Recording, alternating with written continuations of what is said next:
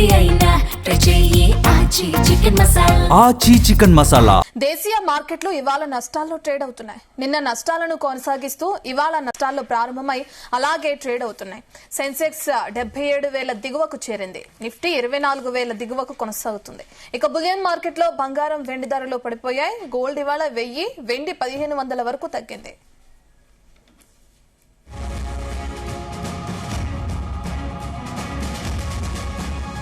మనతో పాటు market expert జీవి సత్యనారాయణ గారు ఉన్నారు. ఆయన అడిగి మరిన్ని విషయాలు తెలుసుకుందాం. సత్యనారాయణ గారు, గుడ్ మార్నింగ్ అండి. గుడ్ మార్నింగ్ రత్న. మార్కెట్లు నష్టాల్లో కొనసాగడం చూస్తున్నాం. సత్యనారాయణ గారు, ఎలా చూడొచ్చు? ఈ రోజు ఇదే విధంగా కొనసాగే అవకాశం ఉందా? పరిస్థితి ఏంటి? అవును, ఇలానే కొనసాగే అవకాశాలు ఉన్నాయి. బ్రెంట్ ఆయిల్ $106 ట్రేడ్ అవుతుంది. ఒక 1% పెరిగింది నిన్నటి మీద. అయితే ఇప్పుడు ఈ అమెరికా, ఇరాన్ ఏదైతే ఉందో అది ఇంకా జరుగుతూనే ఉంది అనమాట. అందుకోసం మన మార్కెట్లు కూడా, వరల్డ్ మార్కెట్లు అనుకోండి, ఇవన్నీ కూడా ఫాల్ అయినాయి. ఇప్పుడు ఉదాహరణకి ఎంత అంటే 213 పాయింట్లు నిఫ్టీ మైనస్ లో ఉంది. బిఎస్ఈ సెన్సెక్స్ 722 పాయింట్లు మైనస్ లో ఉంది. నిఫ్టీ 500, నిఫ్టీ బ్యాంక్ 340 పాయింట్లు ఉంది. నిఫ్టీ ఐటీ 880 పాయింట్లు మైనస్ లో ఉంది. అయితే ఏ సెక్టార్ కూడా బెనిఫిట్ లో లేవు. అన్ని సెక్టార్లు కూడా మైనస్ లోనే ట్రేడ్ అవుతున్నాయి. బిఎస్ఈ సెన్సెక్స్ ఏదైతే 30 కంపెనీలు ఉంటాయో 30లో ఒక 3 ప్లస్ లో ఉన్నాయి, 27 మైనస్ లోనే ట్రేడ్ అవుతున్నాయి. ఇవాళ ఆటో సెక్టార్ లో మహీంద్రా, సిమెంట్ లో అల్ట్రా సిమెంట్, బ్యాంక్ లో ఎస్బీఐ, ఈ 3 పాజిటివ్ లో ఉన్నాయి. ఇక మనము గమనించవలసింది ఏమిటి అంటే, మన మార్కెట్ ఇవాళ శుక్రవారం వీక్లీ ఎక్స్పైరీ మళ్ళీ మూడో రోజుకి వచ్చింది. అంటే ఇవాళ నష్టాలతో పోలిస్తే ఈ రోజు మూడో రోజు అనమాట. ఎందుకు జరుగుతుంది ఏంటిదంటే, ఈ అమెరికా, ఇరాన్ ఏదైతే ఉందో ఇంకా ఫైనల్ కాలేదు, ఈ చర్చలు కాలేదు. కాబట్టి దాంతో మెయిన్ ఒక న్యూస్ తర్వాత ఎప్పుడైతే కూడా తెలియదు అది. దాంతో వరల్డ్ మార్కెట్లు అన్ని ఫాలో అవడం, మన మార్కెట్లు కూడా ఫాలో అవడం జరిగింది. ఇప్పుడు మనము అంటే దాంతో పాటు అంటే ఇవన్నీ ఏవైతే జరుగుతున్నాయో అప్పుడు బ్రెంట్ ఆయిల్ పెరగడం జరిగింది. బ్రెంట్ ఆయిల్ ఎప్పుడైతే పెరగడం జరిగిందో ఆటోమేటిక్ గా మళ్ళీ మన మార్కెట్లు ఫాల్ అవుతాయి అనమాట. మన మార్కెట్లు ఎప్పుడైతే ఫాల్ అవుతాయో, అంటే వరల్డ్ మార్కెట్ ఫాల్ అయినాయి, మన మార్కెట్లు కూడా ఫాల్ అవడం జరిగింది. ఇక మనం చూడవలసింది ఏమి లేదు. ఇక ఎంతసేపటికి ఆ అమెరికా, ఇరాన్ ఎప్పుడు చర్చలు అవుతాయో తెలియదు. ఇప్పుడు అంటే ట్రంప్ అనడం ఏమిటంటే, ఇప్పటికైనా మించిపోయింది ఏం లేదు, తొందరగా మీరు చేసుకోండి, అంటే మించిపోతుంది, సమయం మించిపోతుంది, మీరు తొందరగా చర్చలకు చేసుకోండి అన్నట్టుగా మాట్లాడుతున్నాడు. ఇంకా అది ఏం జరగలేదు. ఇప్పుడు ఇరాన్ వాళ్ళు ఏదైతే ఉందో వాళ్ళు ఏం లేదు, ఇంకా అలానే ఉన్నారు వాళ్ళు.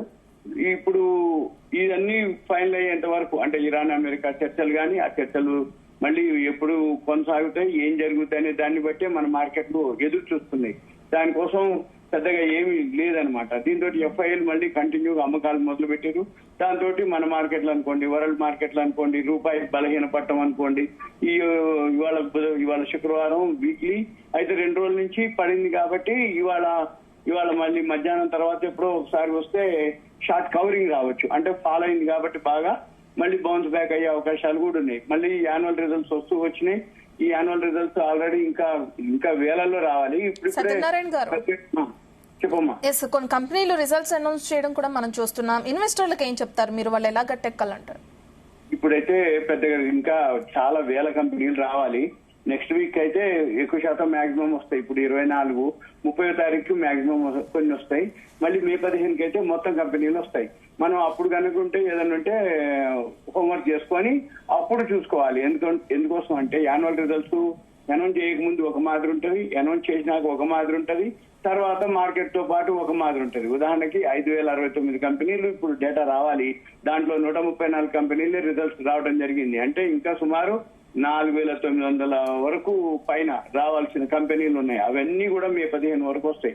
కాబట్టి మే 30 వరకు మేజర్ కంపెనీలు వచ్చేస్తాయి. మనము మే 30 అంటే నెక్స్ట్ వీక్ ప్లాన్ చేసుకొని ఎవరెవరైతే ఇన్వెస్టర్లు ఉన్నారో అబ్జర్వ్ చేస్తూ ఏ కంపెనీలు బోర్డు మీటింగ్లు ఉన్నాయి, డైలీ బోర్డు మీటింగ్లు అబ్జర్వ్ చేస్తూ రిజల్ట్స్ ఎంత ఉన్నాయి, అంటే లాస్ట్ ఇయర్ మీద ఎంత పాజిటివా, నెగిటివా, న్యూట్రలా, ఆ రిజల్ట్స్ బట్టి వాళ్ళు ఒక లిస్ట్ పెట్టుకొని తయారు చేసుకొని ఈ రిజల్ట్స్ అన్ని అయిపోయినాక ఏ కంపెనీలు ఎంతెంత బాగా వచ్చినాయో అవి కనుక కొనుక్కుంటే లాంగ్ టర్మ్ కి వాళ్ళు సేఫ్ ఉంటారు. అంటే మార్కెట్లు పెరిగితే పెరుగుతాయి, పెరగలేదు మీవి తగ్గవు, న్యూట్రల్ గా ఉంది మీవేం తగ్గవు. ఒకవేళ తగ్గింది మార్కెట్ బాగా ఫాల్ అయింది, మీవి కూడా కొంచెమే తగ్గుతాయి తప్ప ఎక్కువ తగ్గవు అనమాట. అంటే వాల్యూ ఉన్న స్టాక్స్ మార్కెట్లు తగ్గినప్పుడు తగ్గుతాయి కానీ కొద్ది మొత్తమే తగ్గుతాయి.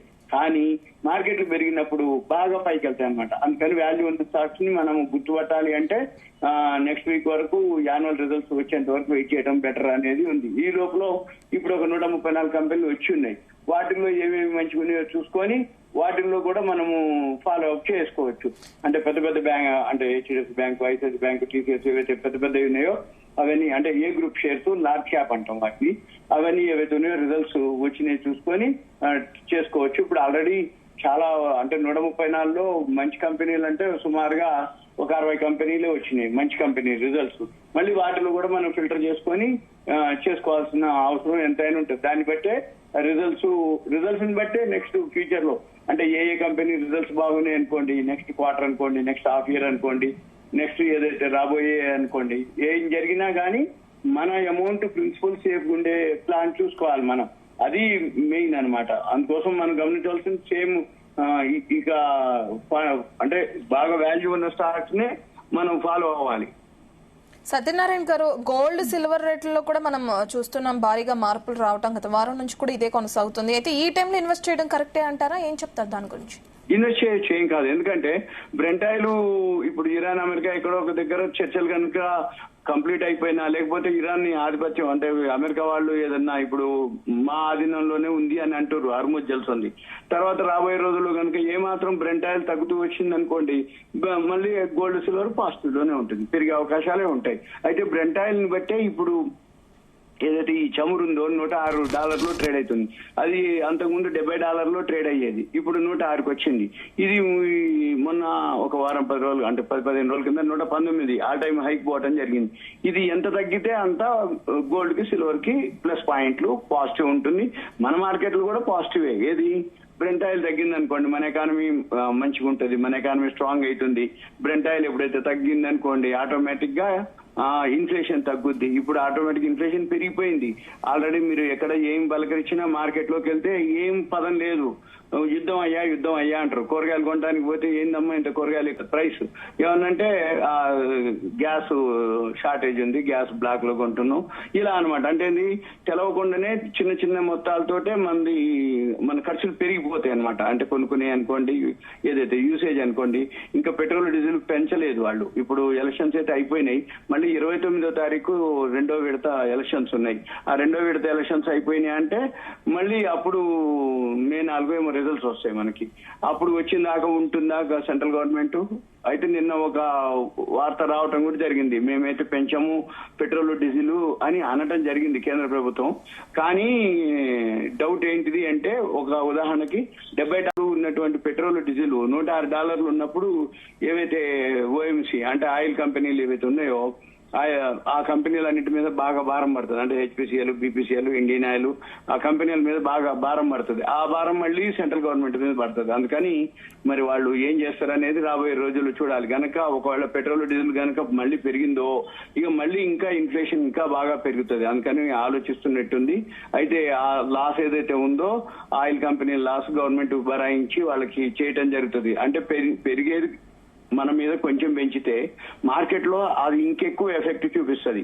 అంటే ఉదాహరణకి ఎప్పుడైనా కానీ పంచదార కొంచెం పెరిగింది అనుకోండి, టీ పొడి కొంచెం పెరిగింది అనుకోండి, వెంబటే పాలు ₹1 ₹2 ప్యాకెట్ పెరగగానే టీ ₹5 పెరుగుతుంది. అంటే చాలా మంది ఏమనుకుంటారంటే ఎన్ని పాలు పోస్తున్నావు, ఎంత టీ పొడి వేస్తున్నావు, ఎంత పంచదార వేస్తున్నావు, టీకి కప్పుకి ₹5 పెంచినావు అని అంటాడు అనమాట. అంటే అక్కడ ఏం జరుగుతుందంటే ఏమన్నంటే పెరిగినాయి అని అంటారు. అందుకోసం ఉదాహరణకి ఏం జరుగుతుందంటే మార్కెట్ లో కొంచెం ఉంటే ఇంకొంచెం ఎక్కువ పెంచుతారు. మొదట్లో 2-3 రోజులు అనుకుంటారు ఇట్లా మనం ఖర్చు పెట్టొద్దని, కానీ మళ్ళీ తర్వాత ఇక అలానే అలవాటు పడిపోతారు. ఉదాహరణకి లిక్కర్ ఉంటది, ఇప్పుడు ఎండాకాలం సీజను, వైన్స్, బీర్లు ఉన్నాయి, అన్ని పెంచేసారు రేట్లు.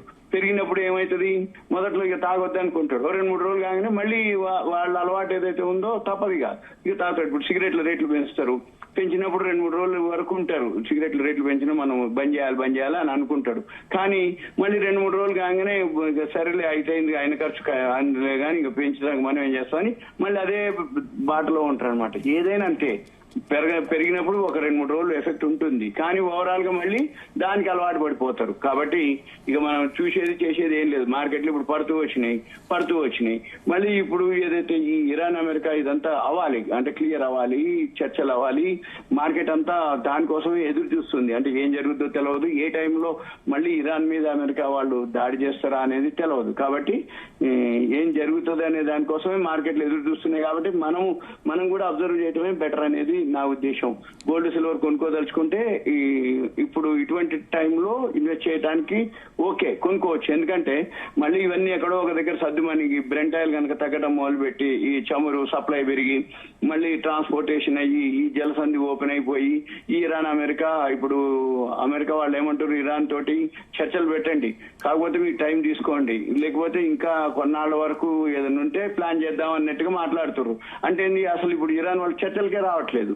అక్కడ వాళ్ళు ట్రంప్ అంటే కోపంతో ఉన్నట్టు అనమాట. చర్చలకు రారు, విఫలం చేస్తారు. ఇస్లామాబాద్ లో 2వ విడత చర్చలకు అన్నారు, రాలేదు. కాబట్టి ఆయన ఏం చేస్తాడు, ఏదో ఒక తీరుగా వీళ్ళని అంటే ఆయన ఏమంటుంది ట్రంప్, ఇప్పుడు ఇరాన్ ఇంకేం చేయక్కర్లేదు, మేమేం చేయకపోయినా అది ఆల్రెడీ ఇరాన్ అయిపోయింది దాని యొక్క లైఫ్ అన్నట్టుగా మాట్లాడుకోవచ్చిండు ట్రంప్. అంటే ఆర్థికంగా అది చితికిపోయింది, మేము యుద్ధం చేయకపోయినా అదేమి ఇంకా ఇరాన్ ఏం మంచిగా ఉండదు అని చెప్పేసి ఉద్దేశంతో మాట్లాడుతుండ్రు. అంటే చర్చలకు రాకపోయినా మాకేం కాదు అనే ఉద్దేశం అనమాట. అంటే ఏదో తీరుగా వీళ్ళు చర్చలకు రావాలి అనేది ఉద్దేశం. ఇవన్నీ కనుక ఎక్కడో ఒక దగ్గర అయ్యేంత వరకు మన మార్కెట్లు ఇలానే ఉంటాయి.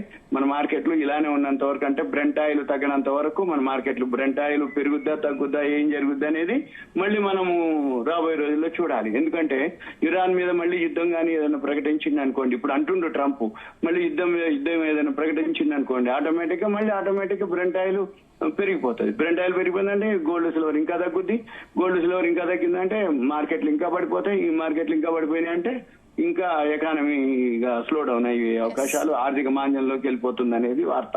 సత్యనారాయణ గారు, భారీగా చూస్తున్నాం, ఆల్ సెక్టర్ కూడా నష్టాల్లో కొనసాగడం చూస్తున్నాం. ఇలాంటి టైంలో ఇన్వెస్ట్ చేయడం కరెక్టే అంటారా? ఎందుకంటే ఐటీ సెక్టర్ గురించి కొన్నేళ్ల నుంచి కూడా ఇదే విధంగా కొనసాగడం కూడా మనం చూస్తున్నాం. ఏం చెప్తారు? ఈ ఐటీ సెక్టర్ కి వచ్చేటప్పటికి ఏఐ టూల్ తోటి వచ్చింది ప్రాబ్లం అంతా. ఆర్టిఫిషియల్ ఇంటెలిజెన్స్ ఏదైతే ఉందో దాంతో ఈ రోజు ఒక్కొక్క కంపెనీల్లో 10,000 మందిని 20,000 మందిని, మొన్న ఒరాకిల్ ఫైనాన్షియల్ వాళ్ళు అయితే 30,000 మందిని తీసేసిండు.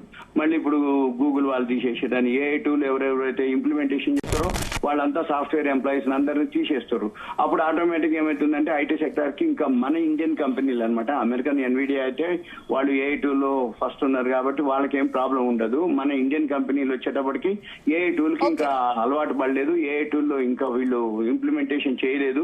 ఏఐ టూల్ కి గనక మారి చేస్తే అప్పుడు ఆటోమేటిక్ మన ఐటీ సెక్టార్ అప్పటి వరకు, ఇప్పుడైతే ఐటీ సెక్టార్ బాటమ్ లోనే ఉన్నట్టు, కాకపోతే ఏఐ టూల్ కి వాళ్ళు కూడా మారి మళ్ళీ మామూలు అయితే తప్ప ఈ ఐటీ కంపెనీలు పెరిగే అవకాశాలు చాలా తక్కువ. ఇక మిగిలిన సెక్టార్లు అయితే చూసుకోవచ్చు. రైట్, థ్యాంక్ యూ సత్యనారాయణ గారు.